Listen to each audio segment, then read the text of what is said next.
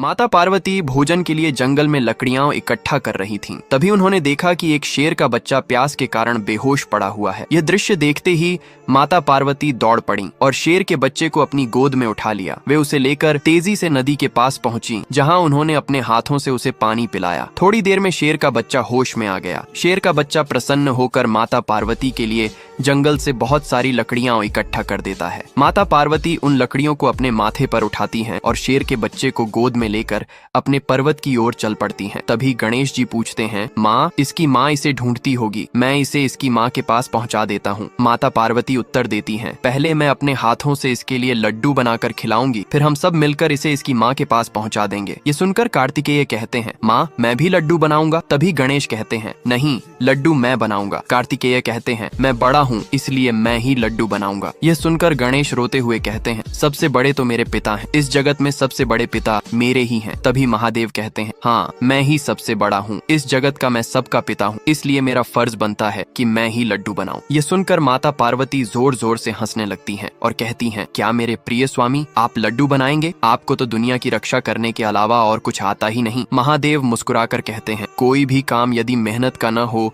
तो उसे करना ही नहीं चाहिए, और मुझे तो वही काम पसंद है जिसमें कड़ी मेहनत हो। मैं यह करके दिखाऊंगा। माता पार्वती फिर हंसते हुए कहती हैं, ठीक है, मैं इंतजार करती हूँ, आप बनाइए। तभी महादेव एक बड़ी कड़ाही में एक बहुत बड़ा लड्डू बना देते हैं। उस विशाल लड्डू को देखकर माता पार्वती, गणेश, कार्तिकेय और शेर का बच्चा डर जाते हैं। महादेव कहते हैं, डरो मत, मैंने यह लड्डू अपनी मेहनत से बनाया है। गणेश कहते हैं, पिताजी, मैंने इतना बड़ा लड्डू कभी नहीं खाया, आपने मेरे लिए इतना बड़ा लड्डू बनाकर माँ से जीत हासिल कर ली। महादेव कहते हैं, बेटा, यह लड्डू तुम्हारे लिए है, मैं इस जगत का सबसे बड़ा पिता हूँ, इसलिए मैंने सबसे बड़ा लड्डू बनाया है। इसके बाद महादेव गणेश को उठाकर उस बड़े लड्डू के ऊपर बैठा देते हैं। जो छोटे छोटे लड्डू बने होते हैं वे कार्तिकेय और शेर के बच्चे को दे देते हैं। सभी आनंद पूर्वक लड्डू खाने लगते हैं। तभी माता पार्वती कहती हैं, मैं तो आपकी इस बड़ी लड्डू को देखकर हार ही गई। यह सुनकर सभी जोर जोर से हंसने लगते हैं। फिर भी नन्हा गणेश बोल रहे हैं, मेरे जगत पिता के लिए किसी ने लाइक और कमेंट नहीं किया।